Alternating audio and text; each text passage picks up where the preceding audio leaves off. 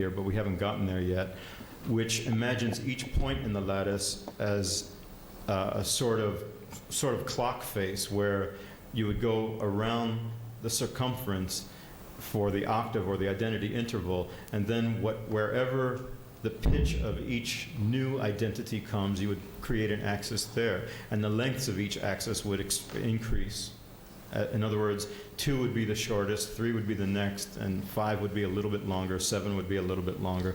I have some examples if I have time to find, or if you want to consult me later, I can find diagrams that I have right here on my computer where I can show you examples of that lattice too. So that lattice model was my way of relating the dimensions to the pitch that you're actually hearing. In this particular one, which we use in Tonescape as it stands now, we just went for maximum orthogonality. Peki daha sonra tartışalım. Yani hala da tam kavramış değilim ama o çok ilginç buluyor o noktayı. Ben bir söz alabilir miyim? Tabii. Okay. I will go in Turkish again. Şimdi burada gösterilmek istenen o sayılar 3, 5, 7, 11 bunlar bir temel sesin asal armonikleri. Yani do sesinin diyelim ki oktavı yine do. Ondan sonra do, do, sol. O 3 oluyor. Do, do, sol, do 4 oluyor. Do, do, sol, do, mi o 5 oluyor. Do, do, sol, do, mi, sol 6 oluyor. Do, do, mi, sol, do, do, sol, do, mi, sol, si bemol o 7 oluyor artık. Ama si bemol bildiğimiz piyanodaki si bemol değil, daha da aşağılarda bir si bemol oluyor. İşte bu eksenleri mümkün olduğunca birbirinden uzak orada ortogonal bir denkleme göre yerleştirmiş. O bir görsel sadece. Boyut dediği o biraz keyfe keder bir yaklaşımla gösterme sıkıntısı var ama iki farklı yaklaşım üretmiş. Bu bir tanesini Tonescape'e koyabilmişler halen. Yani maksimum ortogonalite ile bütün eksenleri birbirinden alabildiğine ayrıştırıcı bir görsel. Yani bütün farklı işte modellenen eksenleri iki boyutlu bir hacme indirgeme görselinden ibaret. Okay. While you were talking, I opened up another. Mikrofon konuşma. Teşekkürler. Sevgili Ozan'ın bu mütemmim açıklaması doğrusu önemli ölçüde rahatlattı zihnimi. İkinci soru şu, tabi bu caz besten Joe, o da çok ilginç.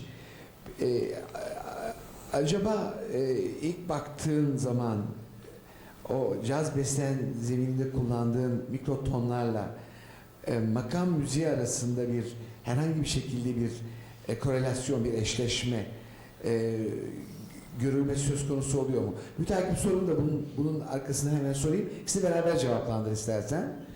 Üçüncü sorum olacak.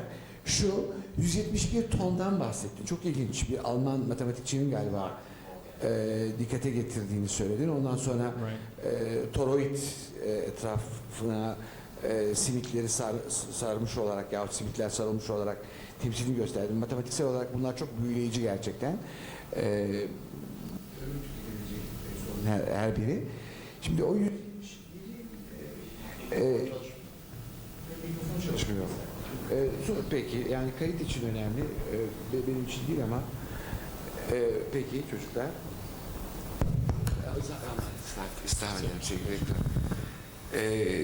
Bu matematiksel açıdan büyüleyici bir ömür tüketebilir gerçekten.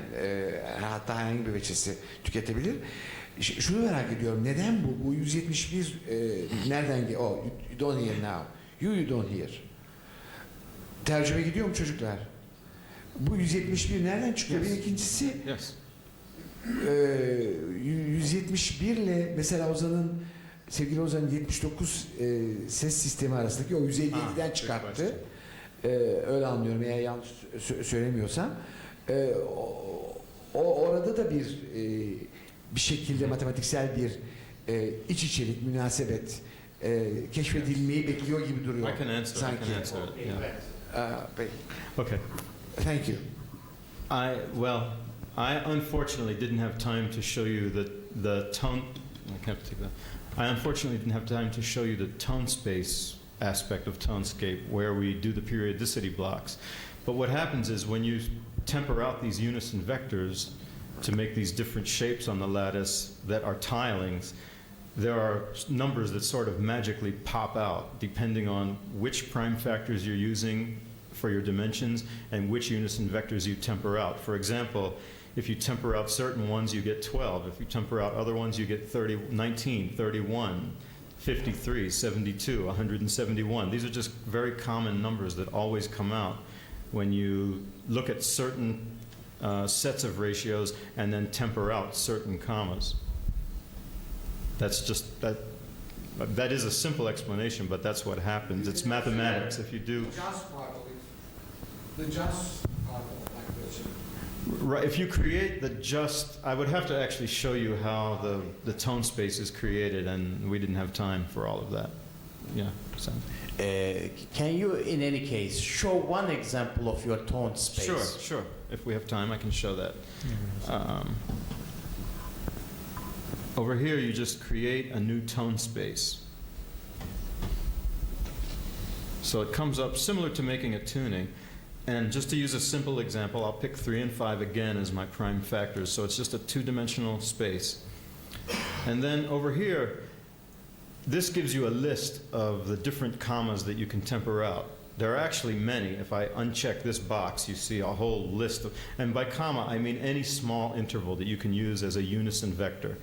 Unison vector, according to Fokker's definition, is just 2 notes on the lattice and the line that connects them, which actually is the vector.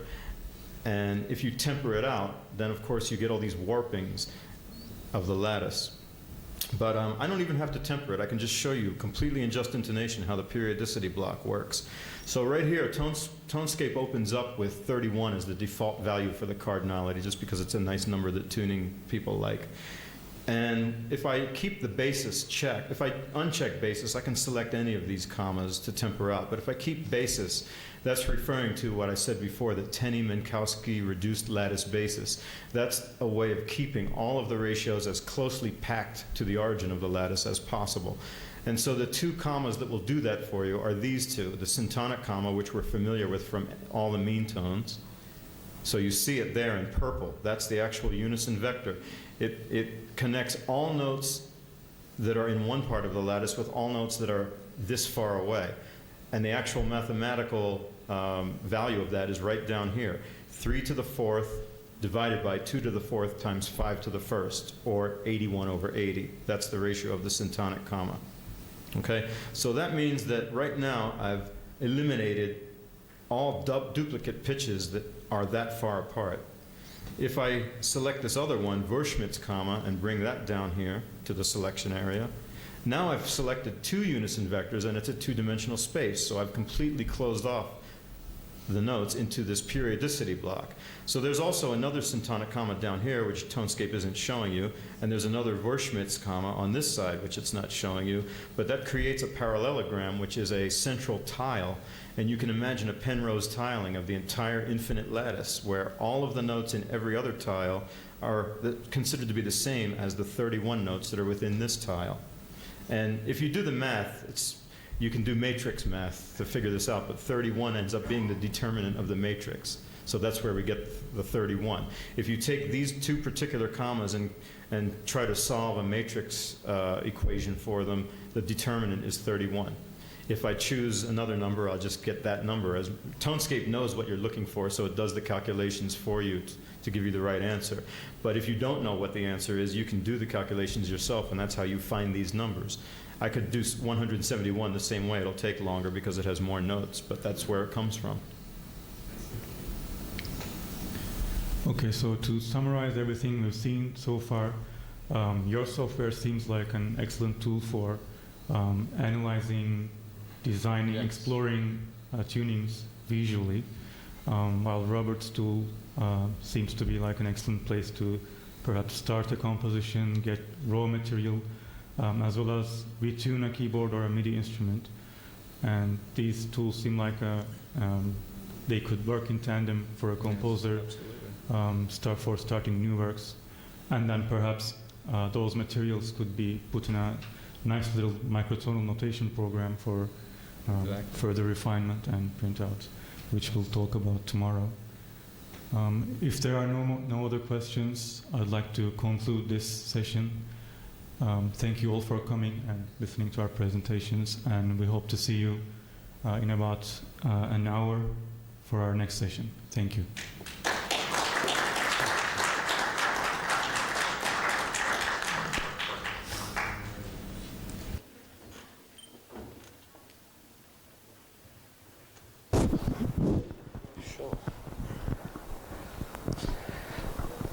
Sayın Rektörüm, Rektör Yardımcım, değerli katılımcılar, değerli meslektaşlar ve değerli konuklar. Charles Ives'ın iki piyano için yazdığı çeyrek tonda 3 parçayı seslendireceğimiz konsere hoş geldiniz. Kısa bir açıklama yapmak istiyoruz. Ben besteci hakkında konuşacağım. Charles Ives Amerikalı besteci. 1874-1954 yılları arasında yaşamış. Modern müziğin aslında öncülerinden. O dönemde Avrupa'da empresyonist akım olmasına rağmen Charles Ives politonal, atonal, poliritmik gibi bugün modern müzikte sıkça kullanılan teknikleri uygulamış. Ve bunları da aslında cesaretli uygulamış. Çünkü beğenilme ya da kabul edilme kaygısı olmamış. İyi bir iş adamıymış. Güzel bir sigorta şirketi varmış. Ve cesurca eserlerini yazmış. Önce küçük sigortalatmış. Önce küçük şirketler ya da basım evleri basmış. Daha sonra şimdi artık dünyaya mal olmuş bir besteci. Bugün de büyük ihtimalle Türkiye'deki ilk yorumunu gerçekleştireceğiz. Ben arkadaşıma bırakıyorum sözü. Müzik biliyorsunuz insanlık tarihi kadar eski bir olay. Teknoloji gibi, her şey gibi müzik de basit bir yerden başladı, giderek karmaşıklaştı. Ve şimdi dinleyeceğiniz müzik aslında çok uzun bir sürecin, gittikçe karmaşıklaşan bir sürecin ürünü. Beethoven'ın senfonileri aslında bir bakıma basit 8'er ölçülük Alman halk şarkılarının geliştirilmiş, genişletilmiş bir şeklidir. Ives de aslında köklerini kendi ülkesinin geleneksel, daha basit geleneksel ezgilerinden alıyor.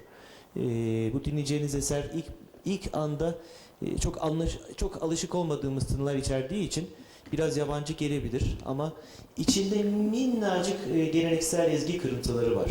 Hatta böyle Yankee Doodle'a, Amerikan Milli Marşı'na ilk 3 notasını dokundurup kaçıyor. Dolayısıyla emin bile olamıyoruz orada Milli Marş'a mı gönderme yaptı yoksa benziyor mu? Şimdi bugün korkma sön deyip sonra gerisini değiştirdiğinizi düşünün. Vaktiyle Stravinsky Amerikan Milli Marşı'nı baştan sona orkestrasyonunu yapmış. Kendi versiyonunu yapmış ve tutuklamışlar adamcağızı. Dokunulmaz çünkü bir tabu. Bu parçayı dinlerken olabildiğince açık olmaya çalışın çünkü ben dahi yeni anlıyorum. Kulaklarım yeni ısınmaya başlıyor çünkü çok deneysel bir durum var burada. Ives'in zamanında 20. yüzyıl başlarında çeyrek ton piyano diye bir alet icat ediliyor. İki piyano, üst üste iki klavye var. Ve bu dinleyeceğiniz 3 prelütten birincisi ve üçüncüsü aslında tek piyanistin bir çeyrek ton piyanoda çalması için tasarlanmış. Ama elimizde şu an öyle bir alet olmadığı için bir piyanonun akordunu değiştirmek, çeyrek ton düşürmek suretiyle iki piyanoya uyarlanmış. Eğer minnacık, burası sanki hoşmuş gibi bir hisse kapılırsanız hemen gidip internetten bir iki kere daha dinlemenizi tavsiye ederim. Çünkü bu çok fazla birikim gerektiriyor. Birkaç kere dinledikçe insan yavaş yavaş alışmaya başlıyor.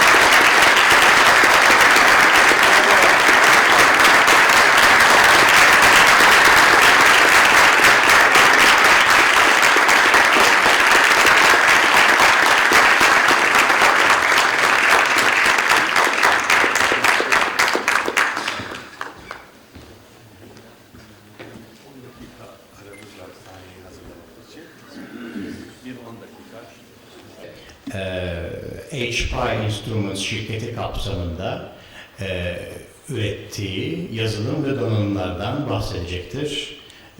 Bunlar arasından zikredilebilecek olanlar öncelikle zannediyorsam Scordatura Sound Font Synthesizer'i, Europlex bu tezgahta görülebilen çok tuşlu bir mikrotonal klavye. Bu klavyenin temelini teşkil eden 41 çarpı 5 yani 205 tonajik taksimat en yüksek çözünürlüklü bir H sistem müzik teorisi ve o cenahta geliştirdiği diğer çarpıcı yazılımları bize sunacak. Now I'll proceed here forth in English and our esteemed audience can receive their earsets so that they can follow us. Please proceed, Aaron.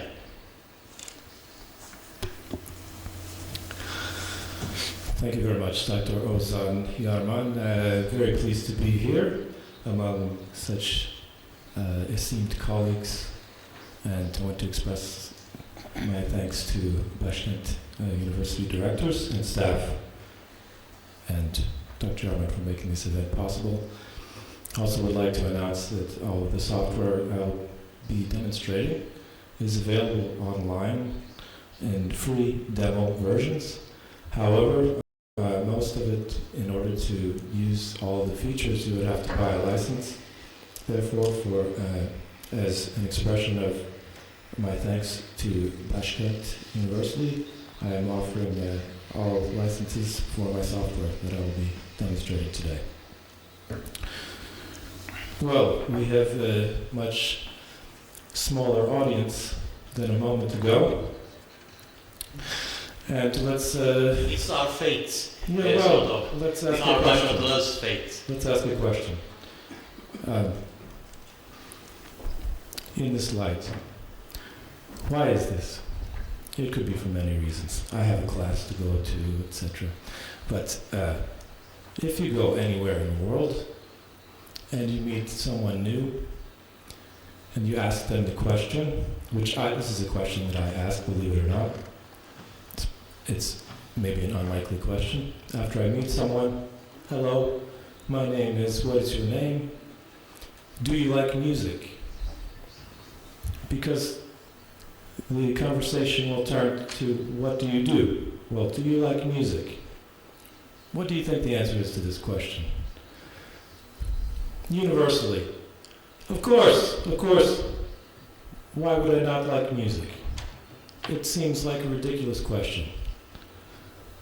So, could this be a reason we have such a large audience for actual music? Now, when we start talking about music, everyone wants to get away. This is so boring, talking. We want music.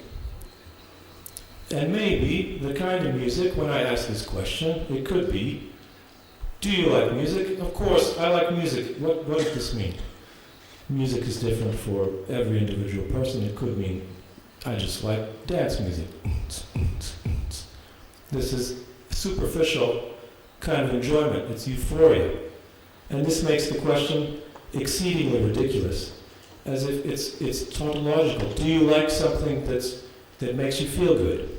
I might as well ask, do you like sex? But a better question really is, what do you think about love? Do you believe in love? Who would ask this after meeting a person initially? Right, but this is what is involved with music. It's very complex. And so when we get into these kinds of issues with tuning, we're talking about all of our ideas with numbers and systems, and we love what we're doing. We make all these toys, and we have a blast, right? But in the end, it's not about all of that. It's about our feelings. It's about emotions. And it's about our experience of reality. So, having said this, I will show you some ways to explore this reality of music and experience in a way that maintains curiosity. When we study music, often the attitude is, our music exists in this cultivated form. Here it is, memorize it, learn it. That's all you need to know. If you have a question, you can go to the library and find a book. Shouldn't it be that we allow more questioning, more interaction, more exploration of curiosity, natural curiosity? This is childish, but we need to maintain this. Okay, I'm talking too much. Here's a program that I wrote to allow myself, in the first place, to be more curious, to explore curiously. There is an archive of scales that's available for free on the internet. Over 4,000 scales. Now, as an abstract thing, 4,000 scales, that's quite a lot. I'm not going to go look at all these numbers and then say, oh, that looks really boring. I want to hear this stuff. So, here's a program that loads the 4,000 scales in a big list. We have names of scales, descriptions, numbers of tones in the scale, and numbers representing the degrees of the scale, the pitches in the scale. For example, in cents or ratios, right? Cents or ratios. These are just different ways to use numbers. All right, so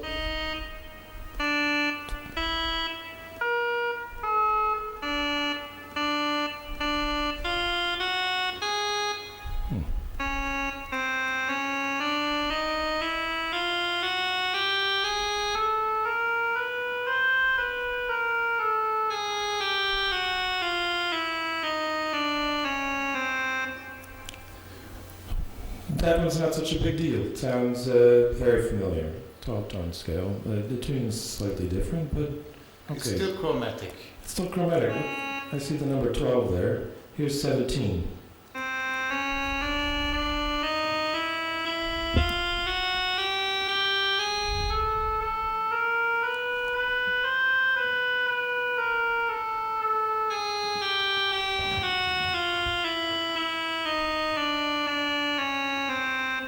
Okay, that's more interesting. And so it says schismatic 17, it's brat equals minus.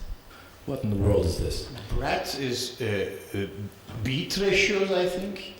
Yes, the point is, you should ask that question. I don't know what this is. I liked the way it sounded, so you go find out what it is. You can't find out in this program, but you can find another tuning. Okay, so this is a big list, and it's also a database.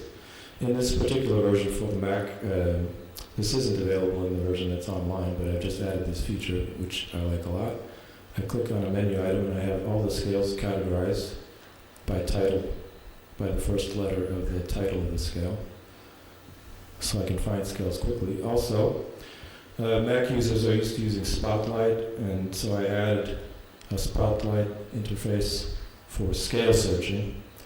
Let's try Ozan Yarman. These are scales by Ozan Yarman in the Scala archive. What would you like to hear? Barring the ones I have prepared for you, your customers specifically. This is true. There are many here that actually aren't in the archive. Mm-hmm. We have some 50 scales that you've done for me. Yes. Thank you very much. Oh, yeah, all right. You can try, for example, this time 9-tone Karciar. 9 You see, yarmankarciar.scr. Yeah, that one.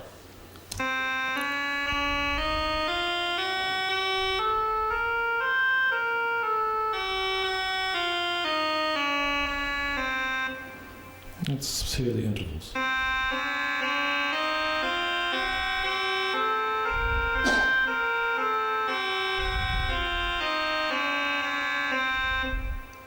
Using two distinct perde segah in the two different ratios over there for pitch inflections. We heard this on C. Should it have been a different route? Depending on the diapason or what we call ahenk. Okay, well, you can select that here. If we want to change the height of the pitch, say we started on D, we can also make it a little faster. Let's try it.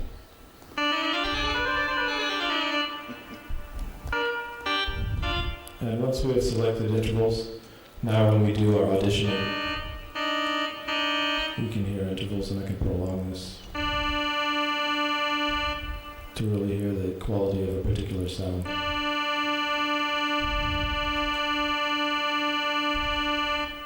Okay, so as a tool for exploration, you don't know what these numbers mean, but they're there, you can click on them and hear them.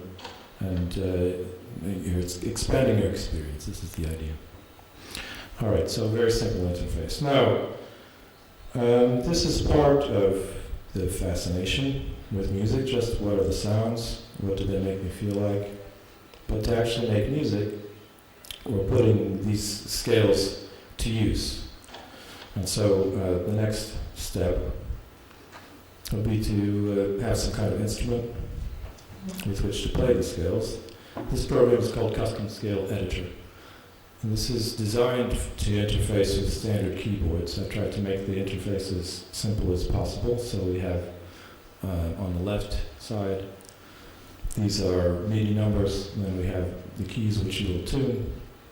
These are values in cents, then the name of an interval, a letter name, these correspond to music theory, standard Western theory, octave numbers, and then this is information about the pitch on its way out, how it's going to sound after you retune it. Now, right now,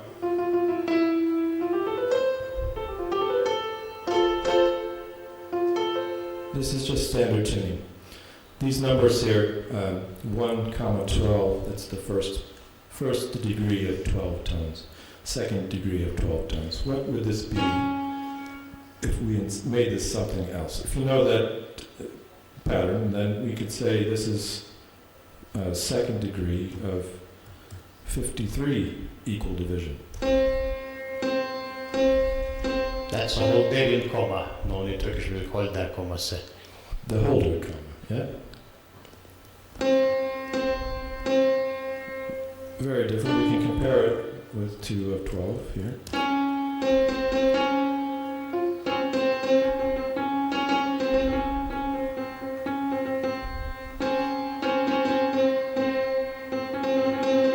So right away I can start playing around with the sounds. Now when you start to understand what all these numbers are doing, you may want to use the numbers in different ways. So equal divisions of an octave is one thing, ratios of harmonics is another. So this would normally be a major second here, C to D.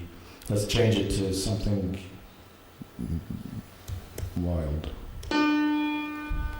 This isn't exactly wild, I guess. Uh-oh, uh-oh. I think this keyboard has caused my software to crash. I'm blaming the keyboard, you notice? Everybody here uses the MIDI keyboard to blame in this profession. Okay, hold on.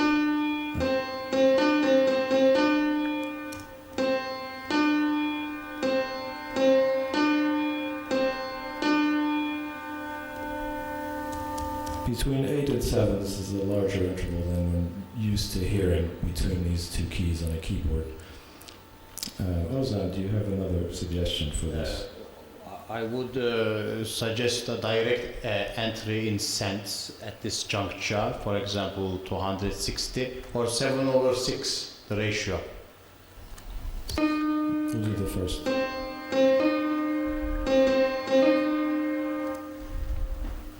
Or in ratio 7/6. Let me try a sustained sound.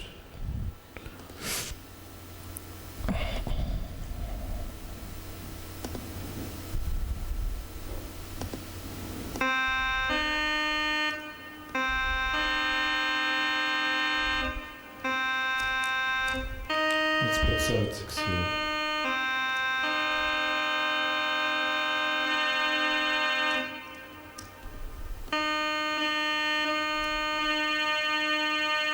Very close together, but not the same thing. Yes.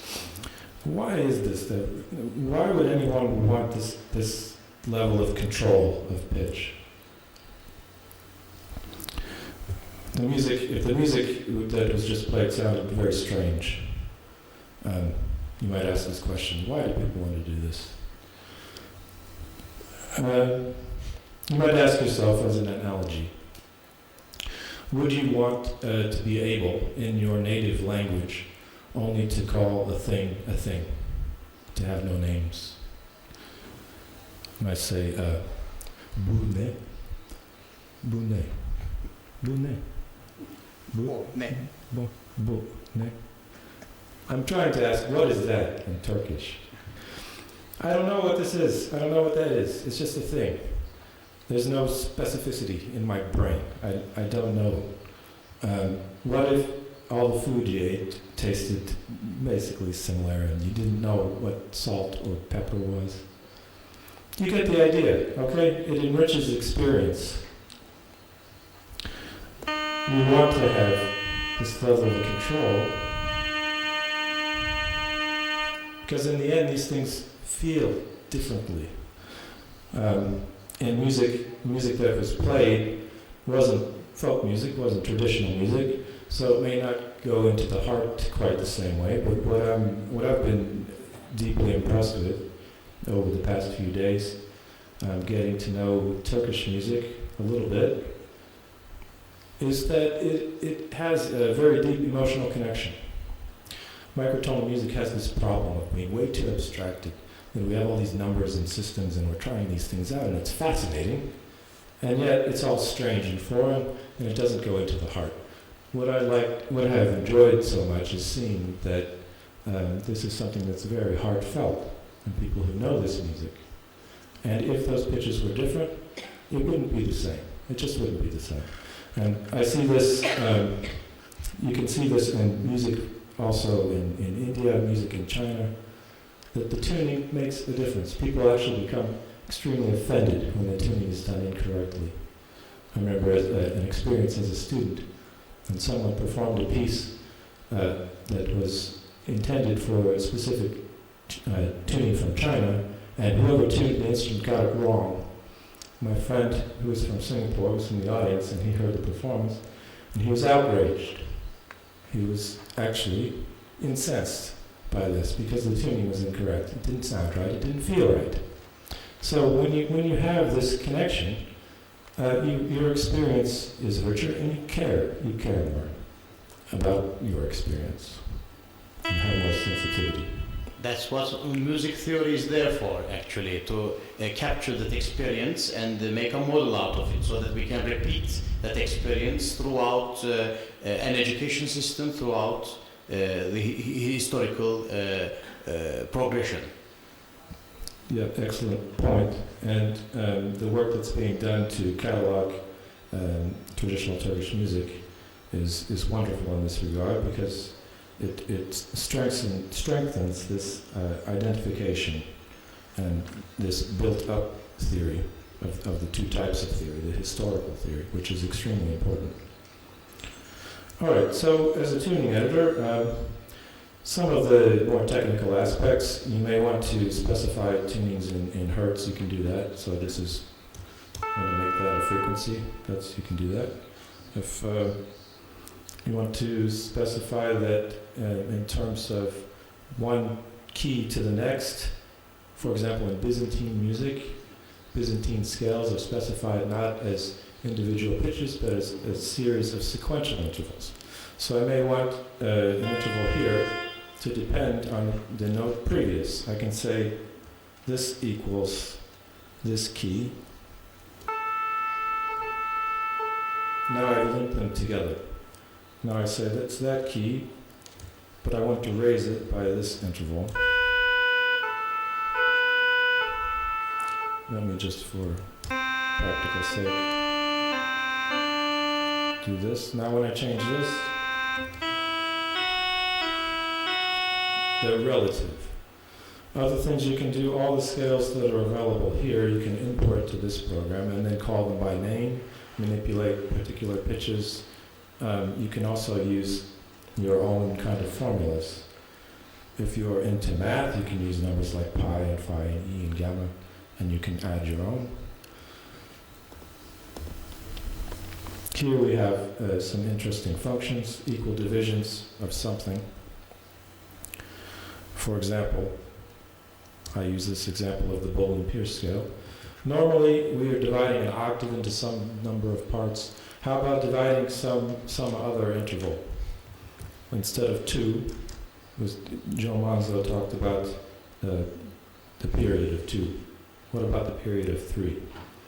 Let's divide it into 13 parts and take the third It's not recognized. Oh, because I've 3 is here of course the third harmonik, üçüncü harmoniğin 13 eşit parçaya bölünmesi, yani oktav artı 5'lerin.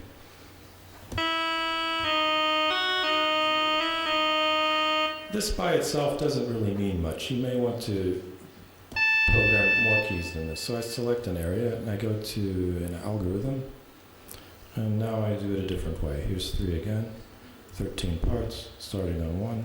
I'll do it at 3 and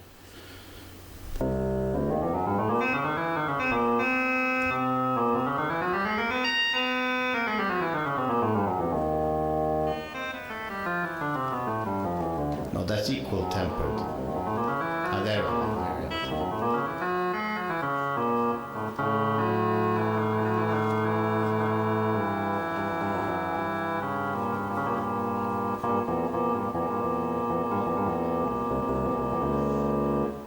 okay, so I can start making music with this thing that was totally foreign a moment ago. With experience, you can learn to use this in a very powerful way. Let me just show you one example. For this equal division, there's a little bit of code here, which is a formula. This is how the pitch is produced. Let's listen to some output using different parameters. Instead of 3, we use 13.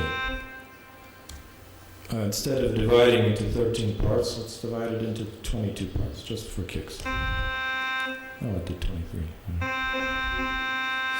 All right, now.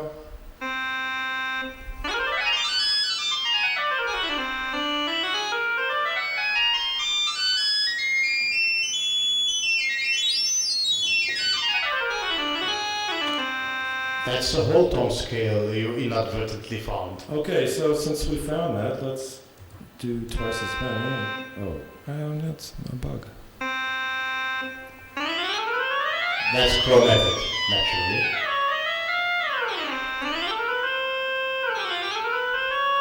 However, look, we have a sense value up here. And it says it's not 1200, that would be the normal octave, it's a little bit more. So this is going to give us a tuning that doesn't have a pure octave in it, which leads to interesting results that you can explore.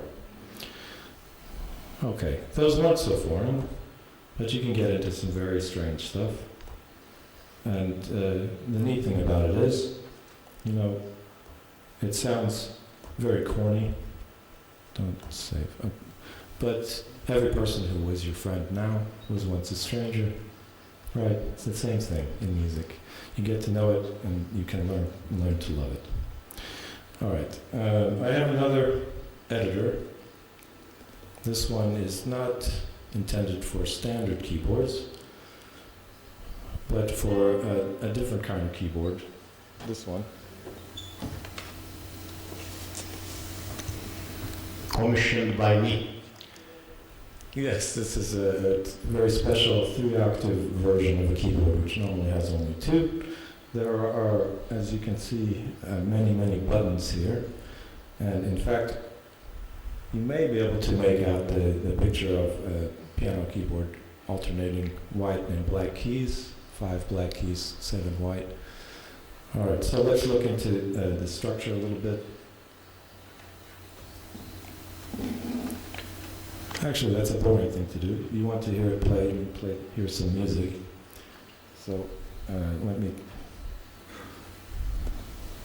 see if I can do that.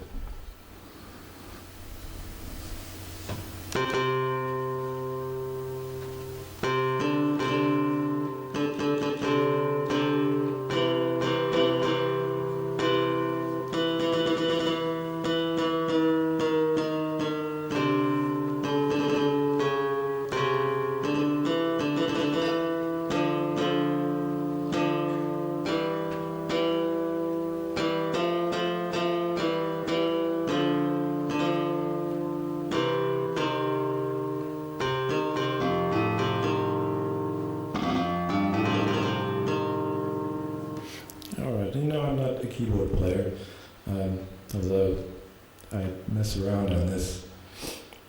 So it gives you an idea that I'm able to find just about any pitch there. Why is that? I've put together a presentation now of a lot of theoretical material, but this forms the basis of everything that I'm doing. So with your permission and with your kind attention, we will now delve into some music theory. How this works, in fact, this keyboard, underlying concept behind it, right? Yes. Not only the keyboard, but some other things as well. All right, so first, here's a website you can go to see these keyboards and get the software, download it, and also you'll find other information like history and lots of music theory.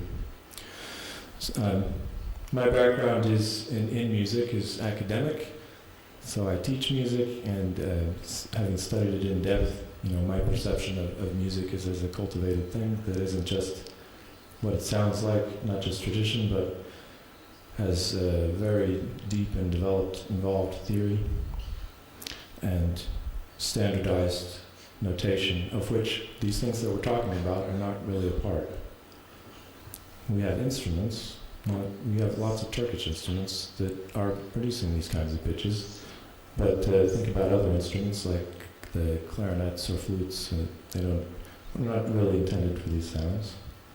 We have performance practices surrounding all of this, and a system of education which supports this. There's a kind of institutionalization. It's in our century kind of an industrial thing.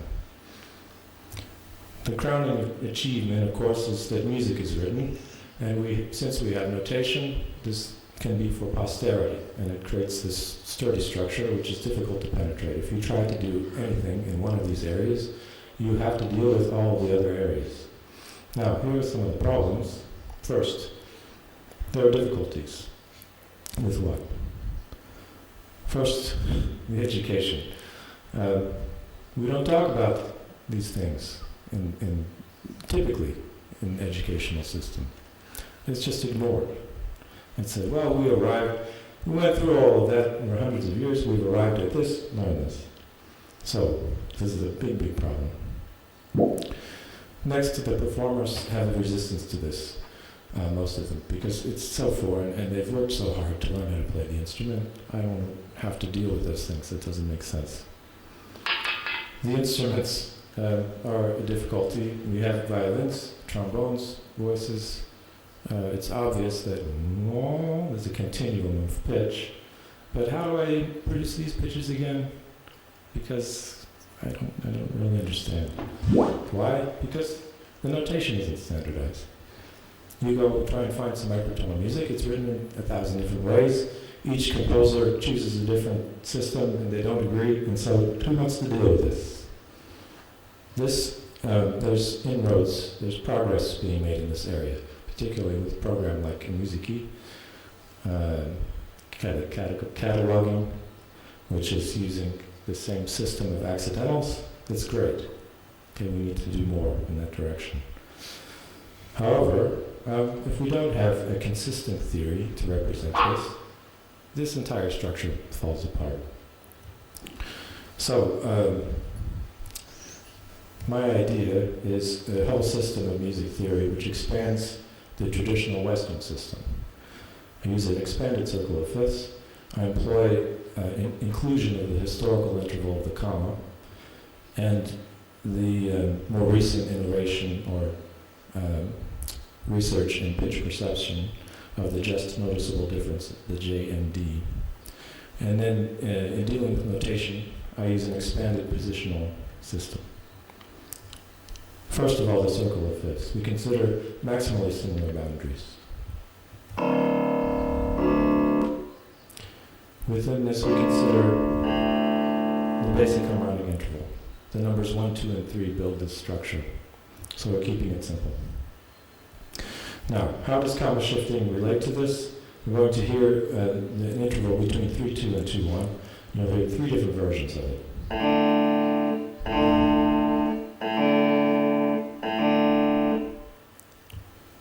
Next, we'll hear a single pitch that shifts around by a very, very tiny amount, but you should be able to tell the difference. It's just noticeable. You heard it go up and then go down and come back. This has been experimentally confirmed as an average.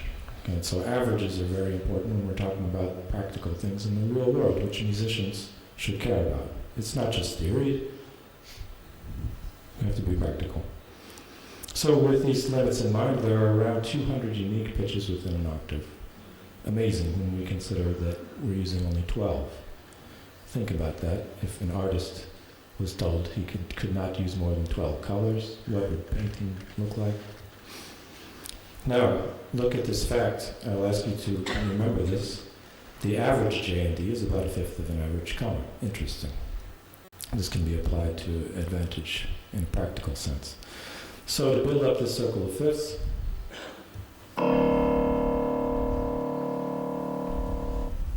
we start with 1. 3 is the next unique pitch, and we build a symmetrical system. Why 9 and 27? Because we're only using the number 3. Powers of 3. Now we place this within the boundary of 2. We're only counting to 3 here.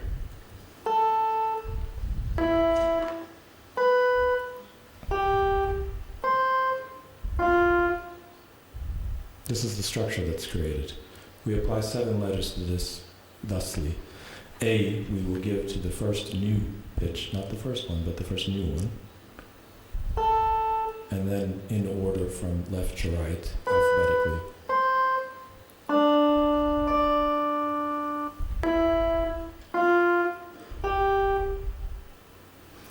Looking at the structure here, analyzing the distances, there are 2 kinds, a small one and a large one.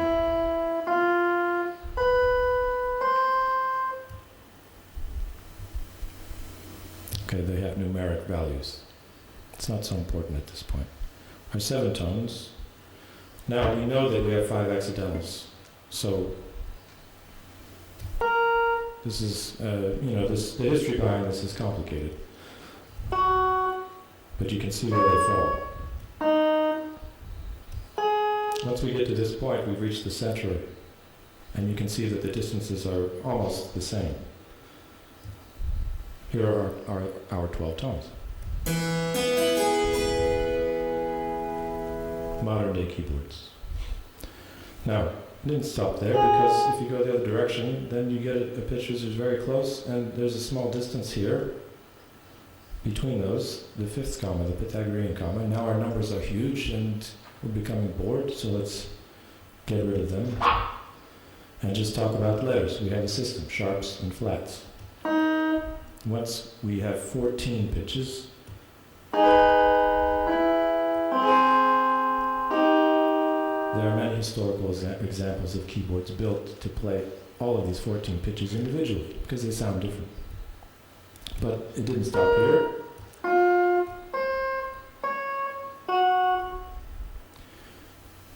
The 19 tones produce a different kind of structure. They sound different. Here's a keyboard designed for this.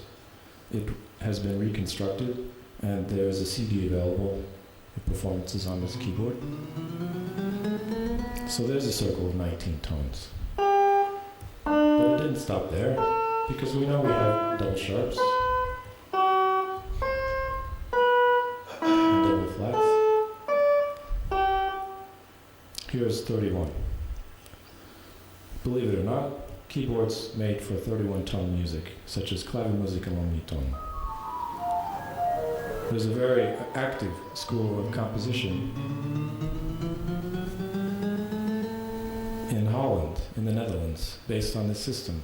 In fact, it's the foundation, Huygens Fakker Foundation, where Manuel Optekool is a member, is the creator of the Scala program, whose scale archive you envisioned in the Scala Vista at first. Yes.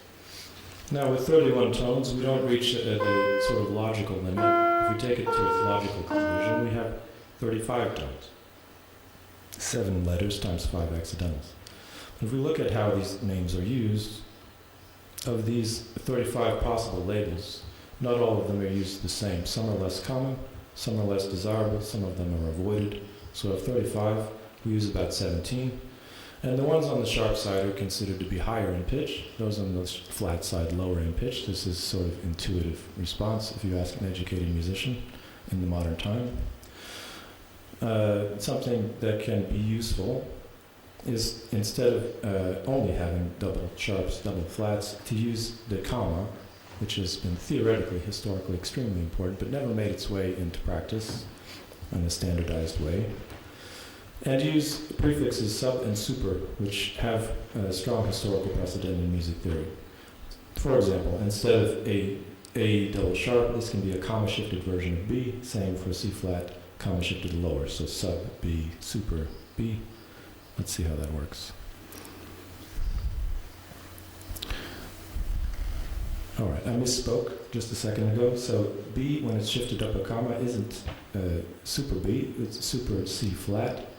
And we have sub A double sharp. Those aren't pitches that we want to use. You see that, so they're marked with the gray. But the sharps and flats now have other options. And when we extend flats in the opposite direction, or further, we get names that are more appealing, like sub F instead of G double flat. We still need the G double flat, because there are structures that require it. Same for the sharp side. Now, from our 35 labels, this needs to be expanded because there's a gap. So we have to move into the triple accidental territory. This isn't that new. You may, some of you probably know. This is a document, 17th, 18th century. Yeah, Telemann. Triple flats and triple sharps. It's not a new idea. Here they are. When we employ this, we have 49 labels.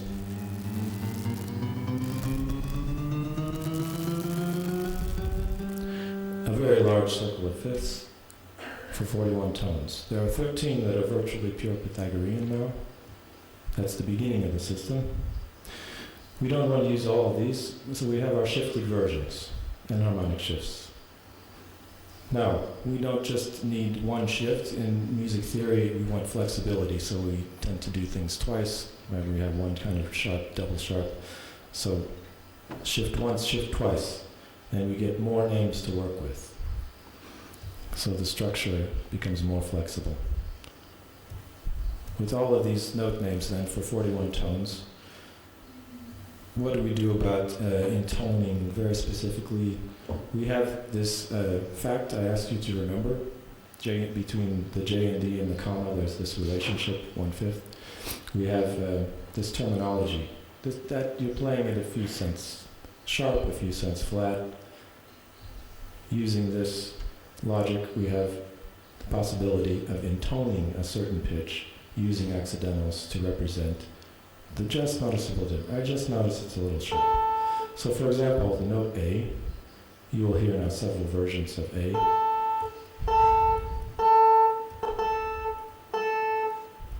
They all have names now. There's an A, there's a sharp A, a flat A, double sharp A and double flat A. Take A and sub A, and then we now have a continuum of pitches between them, all with very specific names. Sub A and A.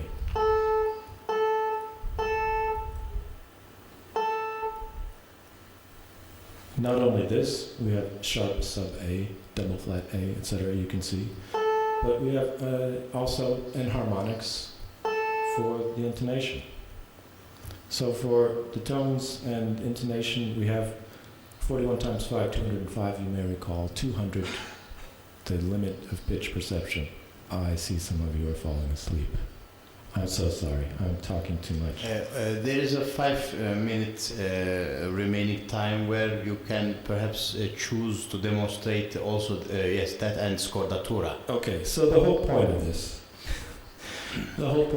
is this is a lot of work to figure this out, but it has to be done. No one has really done this before.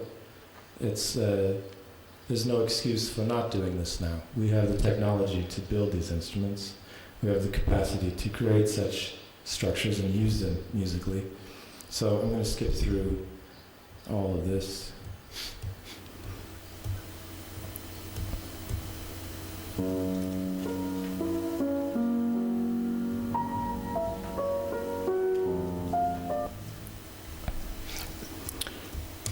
Alright, so I'll just end this part.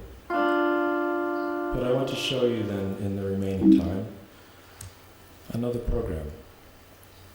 This is for getting to know all of these things in an intuitive way. All right? So forget about all the charts, everything flying around. Now we just have the possibility to click and listen.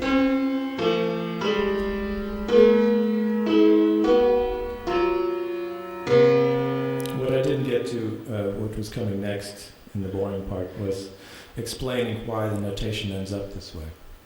You have to take my word for it that it's totally consistent in a theoretical sense with everything that was just described. So we have a way of not only of speaking about these things, intoning these things, but also writing them down. So everything's very specific. There's no question about anything. But the material is available on your website anyhow for this Yes. system. Yes. So, Ozan, would you like to test your ears? This is an ear training software. It would require much microtonal acclimatization, first of all. Which you have achieved. Possibly not quite yet. I'm trying to. Yeah, it's okay. Let's try something. Simple. So let's do 5 minutes. How does this look? Yeah, we can do this. Okay.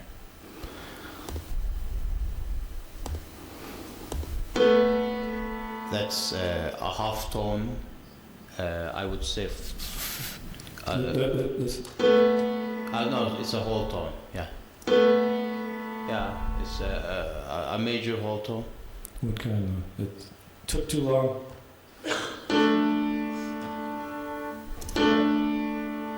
So it's a fourth. Again a whole tone. It's a major sixth. Major seventh, sorry. That's an octave, of course. Yes, sir. Yes, sir. That's a major sixth. That's a major third. That's an octave. Okay, I understand. Yeah. Okay. So those were the diatonic intervals, but we had 2 versions of a major second. Now a small one, just one that's smaller. It's smaller, and a small major third. This is. It sounds better than this one. It has beats in it. If we use a different timbre, it's exaggerated. So you can acclimate your ears to all these different sounds, and you have ways to describe them, and hence ways to conceive of them. And so you can recognize them. Okay, a few minutes to scordatura, perhaps, quickly. Yes, okay. All right. This is a program begun at the request of Ozan. Here's a piece of music. Scordatura means that the written note on the page doesn't look like what it sounds like. So that's... You load sound fonts and the pitches deviate from 12 tonical temperaments from within the sound font using your synthesizer. Yep. So let's...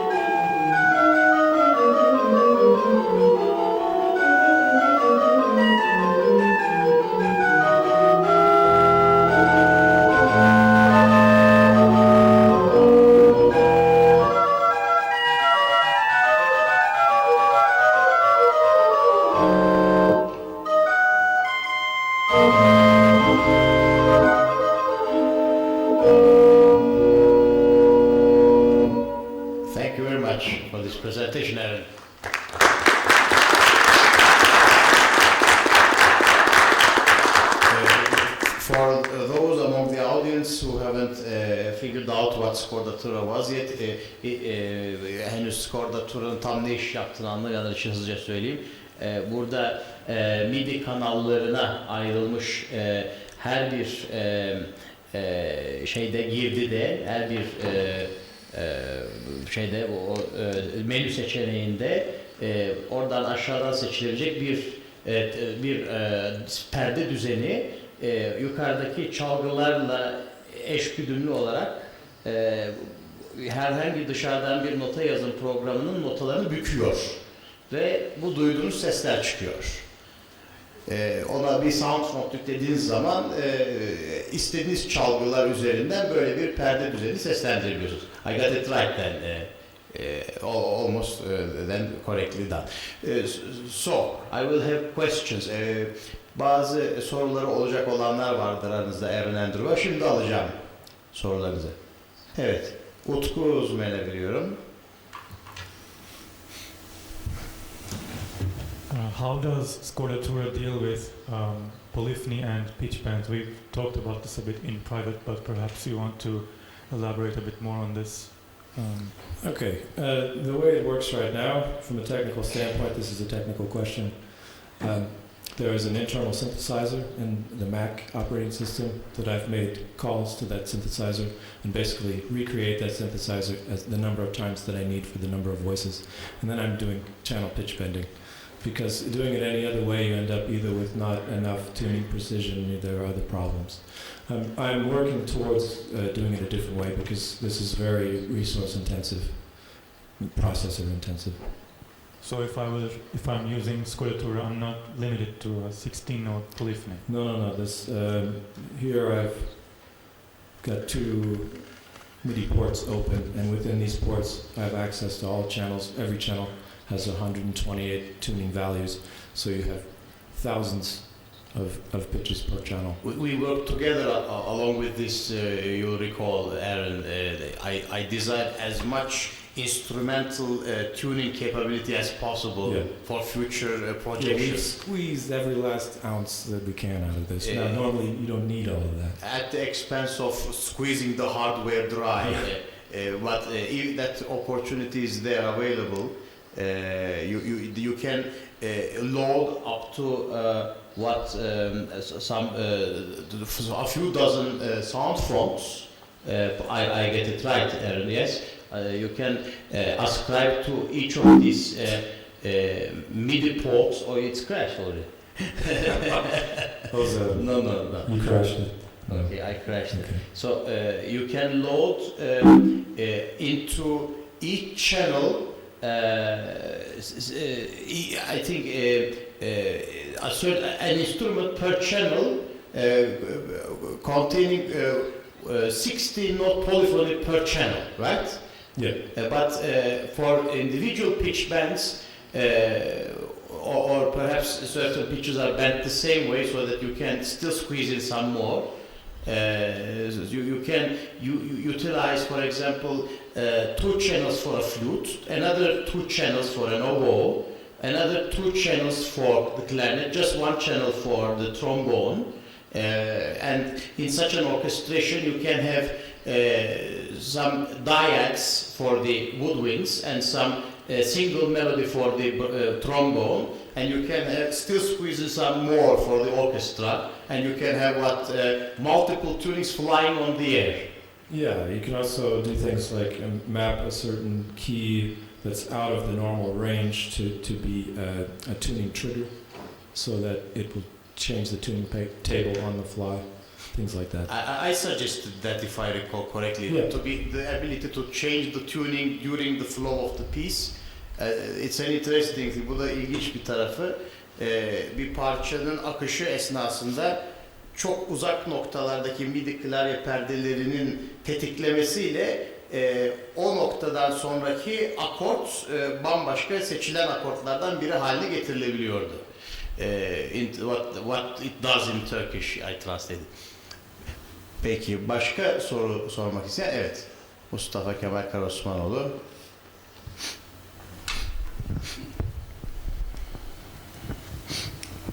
Teşekkürler bu sunum için. gördüğüm kadarıyla yazılımlarınız genellikle Mac'te, bazen hem Mac'te hem Windows'da çalışıyor. Bunları çoğunlukla hangi platformu, hangi programlama dilini kullanarak yazdınız, onu merak ediyorum. I'm using an IDE called Real Studio, which is object-oriented programming in advanced basic form of basic object orientation. So this compiles cross-platform. Some things like this, which the Scordatura has calls to the toolbox of the Mac resource, which Windows lacks. That's why I'm looking into other ways to do it so that I can write a version for Windows. But basically, I do high-level programming. The IDE takes care of most of it with its own frameworks. Başka bir soru da alacağım. Evet.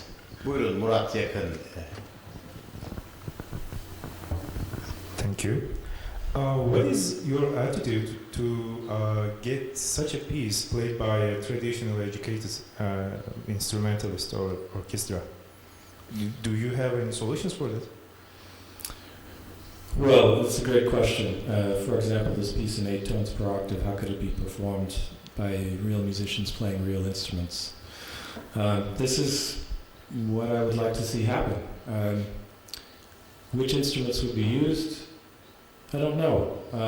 Would string players be able to train their ears enough so that they could find pitches on violins and violas and cellos to play that music? Obviously, a pipe organ could be built and could be played. It could be played scordatura as it is, sending MIDI to an actual pipe organ. We have MIDI-fied pipe organs.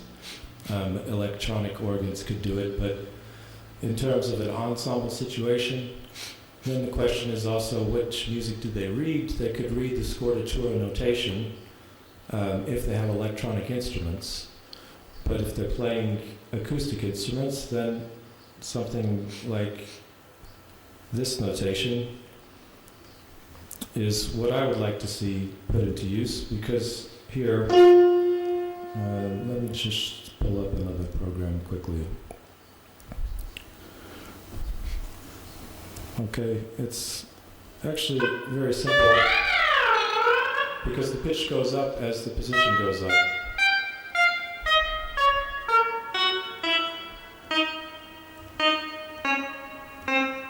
Now, you can tune this in just noticeable differences, you know. Now, could someone learn... Yet again musical compared to what you did in Istanbul. Yeah, it's not too compelling, but...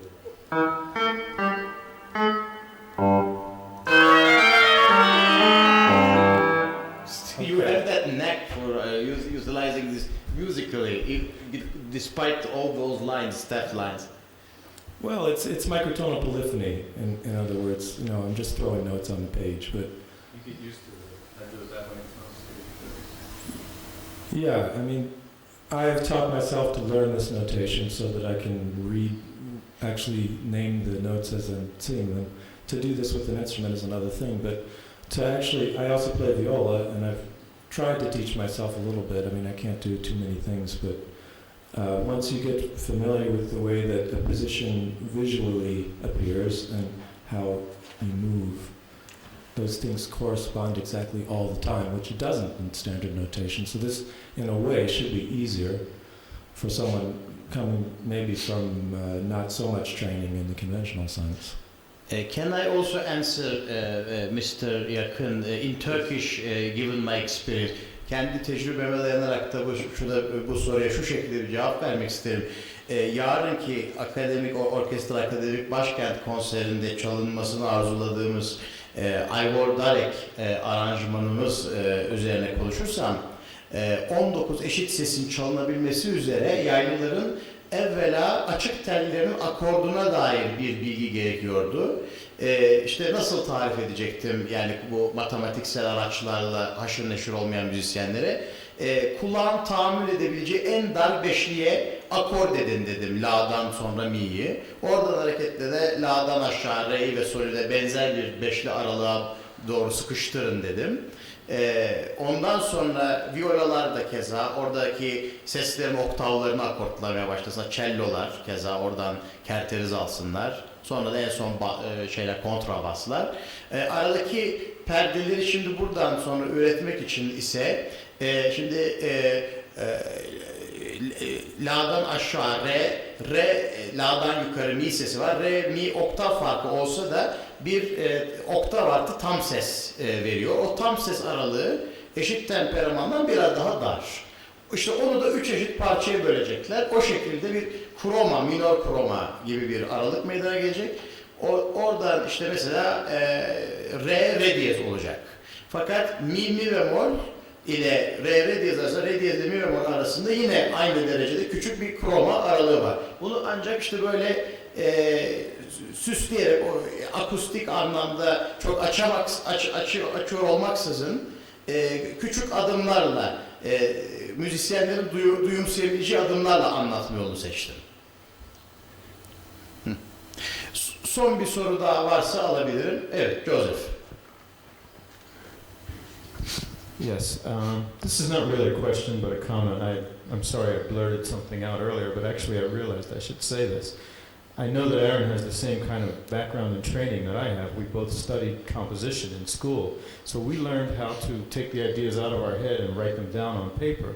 So for both of us, doing something like this is rather intuitive. You just imagine what the sounds are and put them right down on the score.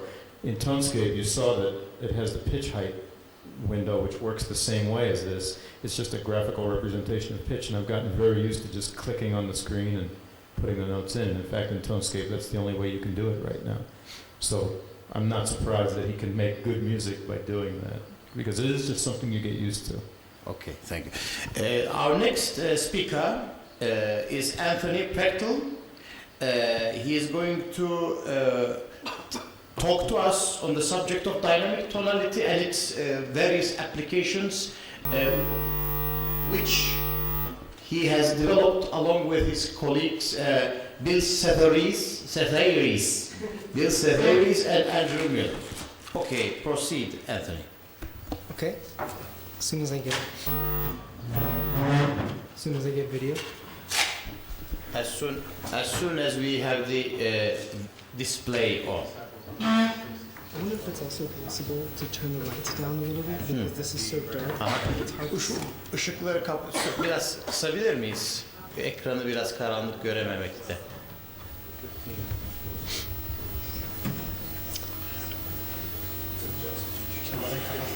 Şu ışıkları da söndürürsek eğer. Tamam. Okay, Anthony. Dynamic tonality and its applications. Proceed, please. Okay. And to the microphone.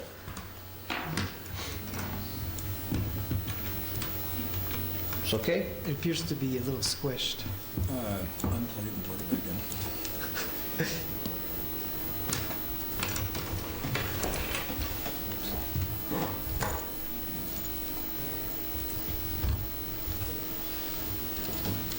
How about that now? Is it better? Nope. Still lacking.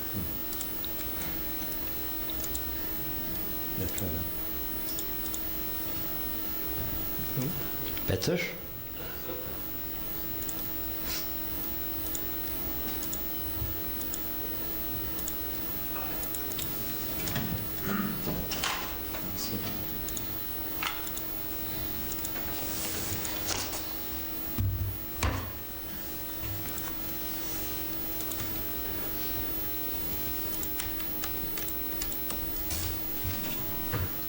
That looks right. Okay. Cool. No, keep changes. Okay. Yeah. That's right. Okay then, Anthony, let's go. Okay, so my name is Anthony Prechtel, and I'm going to be talking about dynamic tonality today. And dynamic tonality is a framework for working with microtonal music that it was designed to be as easy to use as possible.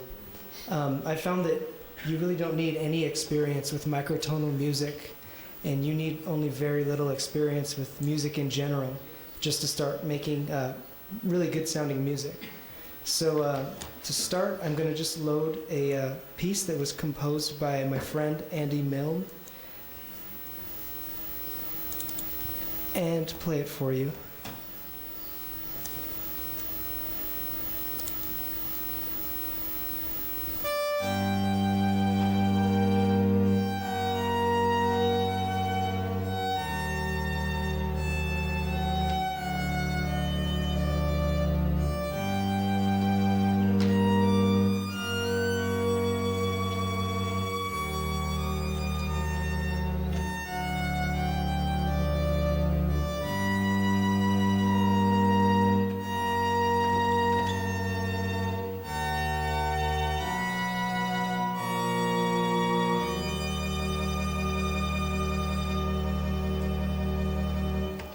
And it goes on, but we can stop there for now.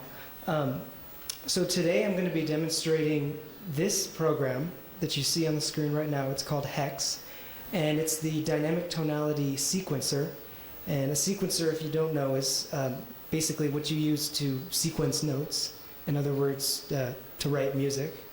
Normal sequencers use something that looks like this. It's called a piano roll sequencer, and it is called such because on the left you have the keys of the piano, and you have these note lanes that extend to the right, and you can draw notes into them and press play, and they will be played in the sequence you see on the screen, which is pretty much what we saw here in Hex, except that Hex doesn't use a piano roll style sequencer, but instead uses this, which is called a hexagonal lattice, and we have found it very convenient for making microtonal music with. After Hex, I'll show you some of the different dynamic tonality synthesizers, and those are what actually make the sound. So you can compose in Hex and use the other software to actually generate the right sound. So I'm just going to demonstrate some of the features of Hex really quickly.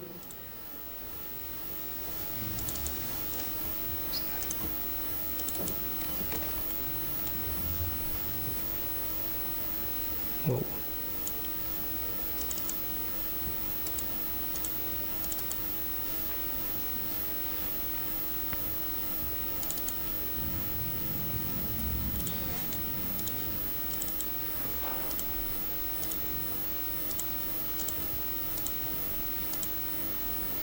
So, in Hex, I'll start off with a 12-tone equal temperament. You can see, let's see if I can get this. So here we have a C, a D, E, F, G, A, B. And you can see I've only drawn in the white lanes. It's very much like a piano keyboard, in that you have all the light colored notes in the middle and all of the black colored notes on the outside. So if I play this. No sound. Yeah.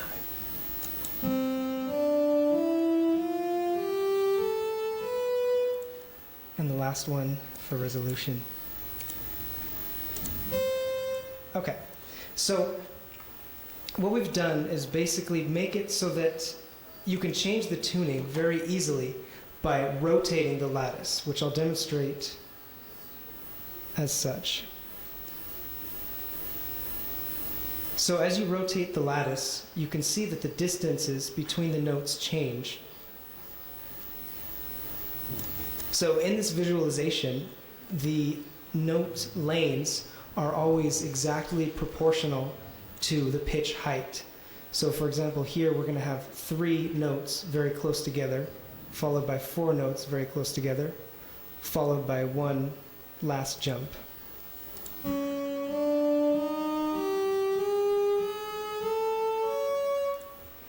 And I don't know what tuning that would be, but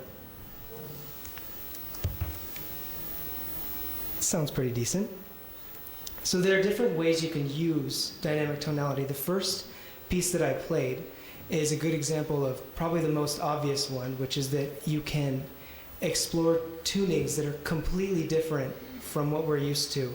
That one was tuned, I think, around here. And you see that obviously the spacing of the notes is very different from what we're used to, at least in the West.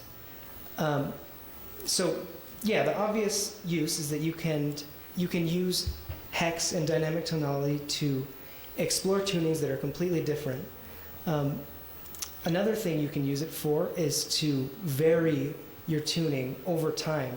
So if I go back to where I was before with 12 tone, I can actually automate rotation of the slider.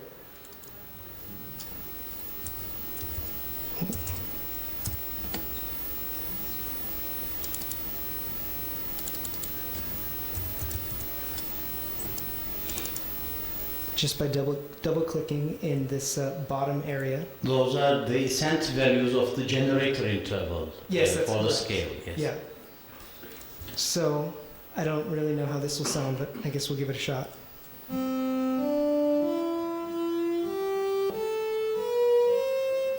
So I guess in practice you might do that over a longer period of time rather than so much in one small scale. But I'm just trying to demonstrate it. It's a real-time morphing of the pitches. Yes. So throughout the piece, you can vary it for different reasons. I mean, if you want to play a certain section in just intonation and another section in a different tuning, you can. Can we do the same with Andrew's piece, which you showed in the beginning? Real-time morphing of Anthony's piece. Andrew's. Oh, Andrew's, yes. Andrew's. Yeah, let me load